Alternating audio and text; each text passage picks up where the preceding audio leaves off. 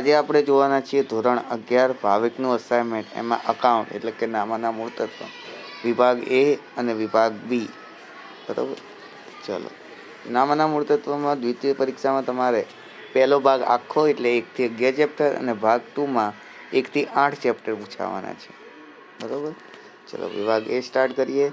પહેલો જ પ્રશ્ન આપેલો છે કે નીચેનામાંથી કઈ મિલકત ચાલુ મિલકત છે? તો માલ સ્ટોક. બીજો પ્રશ્ન છે હિસાબી પદ્ધતિની મર્યાદા કઈ છે? કે નાણાંનું સ્થિર મૂલ્ય, ઓપ્શન એ.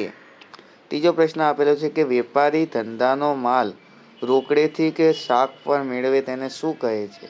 તો ખરીદી કહેવામાં આવે છે. ચોથો પ્રશ્ન આપણને આપેલો છે કે દેવાદાર લેણદારનો સંબંધ કયો વ્યવહાર દર્શાવે છે? તો ઓપ્શન બી, 8,000નો માલ બ પાસેથી ખરીદ્યો. બરોબર, વ્યક્તિનું નામ આવ્યું. બ એટલે વ્યક્તિનું નામ. વ્યક્તિનું નામ આવે એટલે ઉધાર વ્યવહાર કહેવાય. પાંચમો પ્રશ્ન કે શિવાની પાસેથી માંડી વાળેલ 9,000 પૈકી 2,000 પરત મળ્યા. આ વ્યવહારમાં કયું ખાતું જમા થશે? તો ગાલખાત પરત ખાતું જમા થશે. છઠ્ઠો પ્રશ્ન કે ધંધાના આર્થિક વ્યવહારને કયું લક્ષણ લાગુ પડતું નથી? તો નાણાંના સિવાયનું, ઓપ્શન એ, નાણાંના મૂલ્ય સિવાયનો વ્યવહાર. સાતમો પ્રશ્ન આપેલો છે કે કયા વ્યવહારની નોંધ હિસાબી ચોપડે થતી નથી? તો બિન આર્થિક વ્યવહારની નોંધ હિસાબી ચોપડે થતી નથી. આઠમો પ્રશ્ન નમૂના તરીકે માલ વેચવામાં આવે ત્યારે, ઓપ્શન ડી, મિલકત ઘટે અને મૂડી પણ ઘટે. બરોબર, કેમ કે માલ આપણે ફ્રીમાં જતો રહે છે, એના કોઈ પૈસા મળતા છે નહીં. પછી પ્રશ્ન છે કે હિસાબી સમીકરણ માટે નીચેનામાંથી કયું સાચું નથી? તો C-L બરાબર A એ સાચું નથી. Option D. 10મો પ્રશ્ન કે માલની ઉધાર ખરીદી થાય ત્યારે મિલકત વધે અને દેવું વધે. બરોબર, મિલકત વધે એટલે માલ આવે છે અને પૈસા આપ્યા નથી એટલે દેવું વધે છે. 11મો પ્રશ્ન મિલકતની ઉધાર ખરીદની નોંધ ખાલી જગ્યામાં થાય છે, તો આમાં ખાસ આમનોંધ આવશે. બરોબર, ખરીદ નોંધ નહીં આવે. ઓપ્શન સી આવશે, ખાસ આમનોંધ. દરેક મિલકતની નોંધ હંમેશા ખાસ આમનોંધમાં જ લખવી, એ યાદ રાખવાનું. કોઈ પણ મિલકત હોય, એ યંત્ર હોય, જમીન હોય, મકાન હોય, ફર્નિચર હોય કે કોઈ પણ મિલકત, એની નોંધ ખાસ આમનોંધમાં થશે. 12મો પ્રશ્ન કે વેચાણ પરત નોંધનો અગત્યનો દસ્તાવેજ એટલે જમા ચિઠ્ઠી. 13મો પ્રશ્ન ઉધાર વેચેલ માલ પરત આવે ત્યારે માલની સાથે ગ્રાહક શું મોકલે છે? તો ઉધાર ચિઠ્ઠી મોકલે છે. 12મામાં જમા ચિઠ્ઠી અને 13મામાં ઉધાર ચિઠ્ઠી. ગ્રાહક માલ પરત કરે ત્યારે કઈ પેટા નોંધમાં નોંધાય? તો માલ પરત જમા નોંધમાં નોંધાશે. બરોબર. 15મો પ્રશ્ન શું રાખવાથી દરેક પ્રકારના વ્યવહાર નોંધવાની જવાબદારી અમુક ચોક્કસ વ્યક્તિને સોંપે છે? તો પેટા નોંધ રાખવાથી. 16મો પ્રશ્ન નીચેના પૈકી કયો વ્યવહાર ખાસ આમનોંધમાં નોંધાશે? તો 3,000નો માલ આપી ફર્નિચર ખરીદ્યું, એટલે કે હમણાં જ મેં કીધું કે ફર્નિચરને લગતો એટલે કોઈ પણ મિલકતને લગતો વ્યવહાર હોય એ ખાસ આમનોંધમાં નોંધાશે. 17મો પ્રશ્ન નીચેનામાંથી કોનો પેટા નોંધમાં સમાવેશ થતો નથી? તો ખાતા વહીનો સમાવેશ પેટા નોંધમાં થતો નથી. 18મો પ્રશ્ન અન્ય પેટા નોંધમાં ન નોંધાતા હોય તેવા હિસાબી વ્યવહારો કયા ચોપડામાં નોંધાશે? ખાસ આમનોંધમાં. 19મો પ્રશ્ન નીચેનો નોંધણી પહેલાનો નફો એ કયું અનામત છે? તો મૂડી અનામત છે. 20મો પ્રશ્ન દેવાની વધુ જોગવાઈ કરવાથી કયું અનામત ઊભું થાય છે? તો ગુપ્ત અનામત ઊભું થાય છે. બરોબર, ચેપ્ટર નંબર 3 ભાગ 2. 21મો પ્રશ્ન જોગવાઈ ખાલી જગ્યામાંથી ઊભી કરવામાં આવે છે, તો નફા નુકસાન ખાતામાંથી ઊભી કરવામાં આવે છે. 22મો પ્રશ્ન કે સામાન્ય અનામત ખાલી જગ્યા ઉધારીને ઊભું કરવામાં આવે છે, તો નફા નુકસાન ફાળવણી ખાતું. 23મો પ્રશ્ન ઘસારાની પદ્ધતિમાં કે સ્ટોકના મૂલ્યાંકનની પદ્ધતિમાં ફેરફાર અંગેની માહિતી તેની અસર સાથે નાણાકીય પત્રકોમાં કયા ખ્યાલ મુજબ દર્શાવવી જોઈએ? તો પૂર્ણ રજૂઆત મુજબ. 24મો પ્રશ્ન સંયુક્ત જીવન વીમા પોલિસીની સરળ કિંમતે દર્શાવવામાં આવે છે, તેની પાછળ કયો ખ્યાલ રહેલો છે? તો પેઢીની સાતત્યતાનો.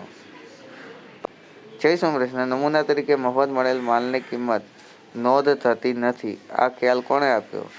આ ખ્યાલ કયા ખ્યાલ મુજબ છે? તો રૂઢિચુસ્તતાના. 27મો પ્રશ્ન આંતરરાષ્ટ્રીય હિસાબી ધોરણ સમિતિની સ્થાપના કઈ સાલમાંથી? 1973. આ ખાસ કરી લેજો, પૂછાય છે. બરોબર. 28મો પ્રશ્ન કોના મત મુજબ હિસાબી ધોરણ એ રિવાજ, કાયદા અને વ્યવસાય સંસ્થા દ્વારા હિસાબનીસ પર લાદવામાં આવતો નીતિ વિષયક ધારો છે? તો કોહલર. કયા મેળને ઠામ મેળ તરીકે પણ ઓળખવામાં આવે છે? તો બેઠો મેળ. 30મો પ્રશ્ન. ધંધામાં કોઈ લેણદારને ચૂકવવાની રકમ કોઈ વ્યક્તિ કે આંગડિયા દ્વારા મોકલવામાં આવે ત્યારે તે લેણદારને બદલે કયા ખાતે ઉધારવામાં આવે? શ્રી હસ્તુ ખાતે. દેશી નામા પદ્ધતિનું ચેપ્ટર છે એનો ક્વેશ્ચન છે, બરોબર. એમાંથી માત્ર MCQ જ પૂછાય છે અને થિયરી વિભાગ બીમાં કદાચ પૂછ્યું હોય તો, બાકી એનો કોઈ પણ દાખલો કે એવું કંઈ આવતું નથી, એકદમ થિયરીનું ચેપ્ટર હોય છે. 31મો પ્રશ્ન. વેપાર દરમિયાન કોઈ વ્યક્તિ સાથે આર્થિક લેવડ દેવડ થઈ હોય અને કોઈ કારણસર તે વ્યક્તિનું નામ ભૂલાઈ ગયું હોય ત્યારે લેવડ દેવડની નોટ કયા ખાતે નોંધાશે? તો શ્રી શાહ ખાતે, બરોબર. PDF થોડી બ્લર દેખાશે તમને, પણ તમારી પાસે અસાઇનમેન્ટ હશે જ, બરોબર. એમાં તમે ડાયરેક્ટ ટીક કરી શકશો, એમાં ક્વેશ્ચન પણ હશે. 32મો પ્રશ્ન. કઈ પદ્ધતિ હિસાબો લખવા માટે ભારતની અતિ પ્રાચીન પદ્ધતિ છે? તો દેશી નામા પદ્ધતિ એ અતિ પ્રાચીન પદ્ધતિ માનવામાં આવે છે. ચલો, વિભાગ એ કમ્પ્લીટ. વિડીયો ગમ્યો તો લાઈક કરો, શેર કરો તમારા મિત્રો સાથે. ચલો, વિભાગ બી નું સોલ્યુશન આપણે આજે જોવાના છે. તો પહેલો જ પ્રશ્ન છે કે આંતરપૂર્તિ વ્યવહાર એટલે શું? કે પોતાના રાજ્ય કે કેન્દ્રશાસિત પ્રદેશ સિવાયના રાજ્ય કે કેન્દ્રશાસિત પ્રદેશનો પૂર્તિ વ્યવહાર એટલે આંતર રાજ્ય વ્યવહાર કહેવાય. ત્યારબાદ વસ્તુ અને સેવા અથવા બંને ખરીદ વેચાણ અંગે કયા શબ્દનો ઉપયોગ કરવામાં આવે છે? તો વસ્તુ અને સેવા અથવા બંને ખરીદ વેચાણ અંગે પૂર્તિ એટલે કે સપ્લાય શબ્દનો ઉપયોગ કરવામાં આવે છે.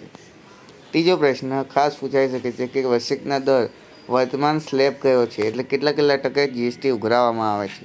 તો 5%, 12%, 18% અને 28% GST ઉઘરાવવામાં આવે છે. ત્યારબાદ ચોથો પ્રશ્ન વસેક પરત જમા એટલે શું?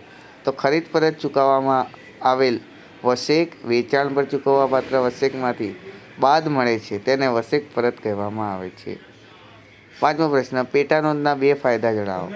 તો પેટાનોંધ રાખવાથી શ્રમ વિભાજન લાભ મેળવી શકાય છે અને બીજો છે ઓડિટરનું હિસાબો તપાસવાનું કાર્ય સરળ બને અને ઝડપી બને છે. છઠ્ઠો પ્રશ્ન પેટાનોંધ એટલે શું? એક જ પ્રકારના વારંવાર થતા વ્યવહારોને નોંધવા માટે આમનોંધના ચોપડે વર્ગીકૃત નોંધો એટલે પેટાનોંધ. સાતમો પ્રશ્ન કે ખરીદ નોંધના પ્રકાર કેટલા અને કયા છે? તો 2 પ્રકાર છે, સાદી ખરીદ નોંધ, ખાનાવાળી ખરીદ નોંધ. ત્યારબાદ ઉધાર ચિઠ્ઠી એટલે શું? જ્યારે વેપારી ઉધાર ખરીદેલ માલમાંથી માલ પરત કરે ત્યારે સામેના વેપારી પાસેથી વળતર મેળવવા જે ચિઠ્ઠી લખવામાં આવે તેને ઉધાર ચિઠ્ઠી કહેવામાં આવે છે. NEFTની સેવાનો લાભ મેળવવા માટે નાણાં મોકલનારનું બેંક ખાતું હોવું જરૂરી છે? ખાતું હોવું જરૂરી નથી. 10મો પ્રશ્ન કે બાંધેલા ચોપડા સ્વરૂપની ખાતાવહી શા માટે વેપારીઓ વધુ પસંદ કરે છે? તો બાંધેલા ચોપડાના સ્વરૂપના ખાતાવહી એકંદરે ઓછી ખર્ચાળ અને સાચવણીની દ્રષ્ટિએ સરળ છે, તેથી વેપારીઓ વધુ પસંદ કરે છે. 11મો પ્રશ્ન બેંક ઓવરડ્રાફ્ટ એટલે શું? તો રોકડ મેળના બેંક ખાતાની વ્યય બાજુનો સરવાળો અને આય બાજુનો સરવાળો કરતાં વધુ મળે તો તફાવતની રકમને બેંક ઓવરડ્રાફ્ટ કહેવામાં આવે છે. 11મો પ્રશ્ન સરભર ખાતું, બરાબર, એટલે બંને બાજુનો સરવાળો સરખો. જોઈએ જવાબ કે જ્યારે કોઈ ખાતાનો સરવાળો કરતાં બંને બાજુની રકમનો સરવાળો એક સરખો થાય ત્યારે રકમનો તફાવત રહેતો નથી, તેથી ખાતાની બાકી મળશે નહીં, ત્યારે આ ખાતું સરભર ખાતું ગણાશે. 13મો પ્રશ્ન પેટાનોંધ રોકડમેળ પ્રકાર કેટલા છે? કયા? પેટા રોકડમેળના પ્રકાર તો 2 પ્રકાર છે, બરોબર. સાદો પેટા રોકડમેળ અને અનામત પેટા રોકડમેળ. 14મો પ્રશ્ન ખાતાવહી અનુક્રમણિકા અથવા પાનત્રો એટલે શું? તો ખાતાવહીની શરૂઆતમાં બધા જ ખાતાઓની યાદી રાખવામાં આવે છે, જેને ખાતાવહીની અનુક્રમણિકા અથવા પાનત્રો તરીકે ઓળખવામાં આવે છે. 15મો પ્રશ્ન ખાતાવહી એટલે શું?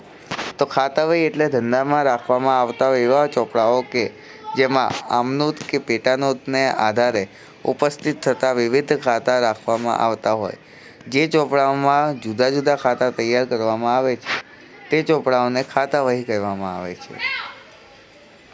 વિશિષ્ટ અનામત કોને કહે છે? જ્યારે કોઈ ચોક્કસ હેતુ માટે મહેસૂલી અનામત નફા નુકસાન ફાળવણી ખાતેથી ઊભું કરવામાં આવે તેને વિશિષ્ટ અનામત કે ખાસ અનામત કહેવામાં આવે છે.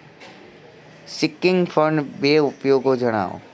તો પહેલો ઉપયોગ તો લાંબા ગાળાના દેવા ચૂકવવા, બીજો ઉપયોગ કે કાયમી મિલકતોનું પુનઃસ્થાપના માટે.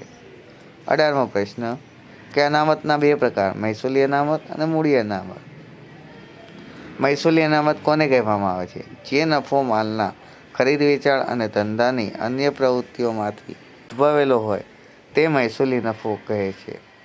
આ મહેસૂલી નફામાંથી જે અનામત ઊભું કરવામાં આવે છે તેને મહેસૂલી અનામત કહેવામાં આવે છે. બરાબર. જો વિડીયો ગમ્યો હોય તો લાઈક કરો, શેર કરો તમારા મિત્રો સાથે. વિભાગ C, D, E, F અને 11 કોમર્સના દરેક વિષયના વિડીયો ટૂંક સમયમાં આવી રહ્યા છે, તો સબસ્ક્રાઈબ કરી દો.